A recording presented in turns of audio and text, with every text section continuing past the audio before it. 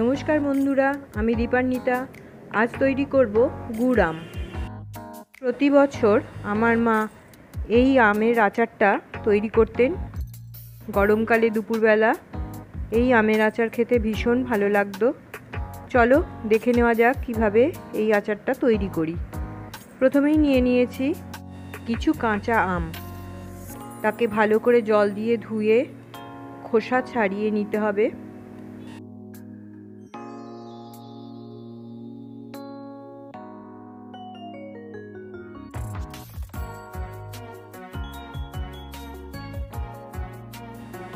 এবার টুকরো করে নেব। যদি এর মধ্যে কুশি থাকে সেটা বের করে দিতে হবে। টুকরোগুলো যে যা নিজের পছন্দ মতন সাইজের করবেন। আমি এই ধরনের সাইজের টুকরো কেটেছি। এবার কড়াতে নিয়ে নিলাম কিছুটা সর্ষের তেল। তাতে 5 ফোড়ন দিয়ে দিলাম একটা শুকনো লঙ্কা ও তেজপাতা। ফোড়নের সুন্দর গন্ধ বেরোলে এতে দিয়ে দিলাম কেটে রাখা কাঁচা আম। ভালো করে নেড়ে চেড়ে মশলাগুলোকে মিশিয়ে দিলাম। এবার দিয়ে দিলাম পরিমাণ মতন নুন।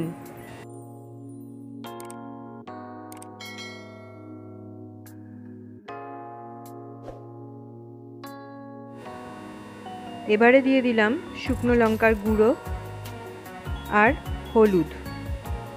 ভালো করে নাড়াচাড়া করে মশলাগুলোকে মিশিয়ে নিতে হবে। আমের গায়ে মশলাগুলো ভালোভাবে লেগে গেছে। এতে কোনো রকম জল ব্যবহার করা যাবে না। এতে এবার দিয়ে দিলাম গুড়।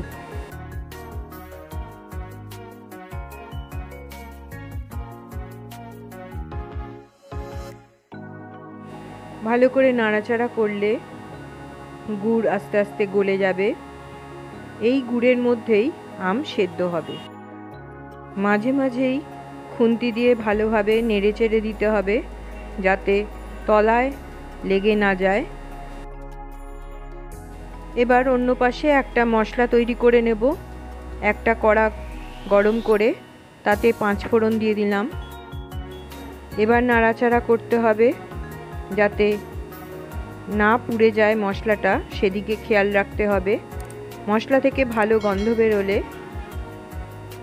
মশলাটাকে নামিয়ে নিতে হবে। মশলা ভাজা হয়ে গেছে।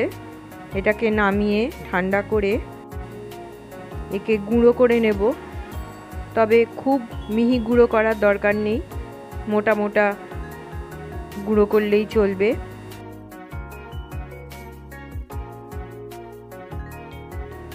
এদিকে রান্না হতে হতে গুড়টা অনেকটাই ঘন হয়ে গেছে। এবার দেখে নেব আম সেদ্ধ হয়েছে কিনা। একটা ছুরির সাহায্যে দেখে নিলাম আমটা ভালোভাবেই সেদ্ধ হয়ে গেছে। এইভাবে 2 আঙুলের মাঝখানে গুড় নিয়ে দেখে নিলাম এটা একতার যুক্ত একটা রস তৈরি হয়ে গেছে। এবার এতে দিয়ে দিলাম বিট নুন আর চিলি ফ্লেক্স। ভালো করে মিশিয়ে নিয়ে আরও একটু ঘন করে নেব। এবার এতে মিশিয়ে দিলাম কিছুটা ভিনিগার। এই ভিনিগার দিলে এই আচার বহুদিন অবধি খুব ভালো থাকে। সব শেষে দিয়ে দিলাম গুঁড়ো করে রাখা ভাজা মশলা। ভালো করে মিশিয়ে নিলেই তৈরি হয়ে গেল গুড় আম। সম্পূর্ণ ঠান্ডা হলে কাঁচের বোতলে ভরে একে সংরক্ষণ করা যেতে পারে। এই বছর বাজারে কাঁচা আম ফুরিয়ে যাওয়ার আগেই এই রেসিপিটা তৈরি করে ফেলুন।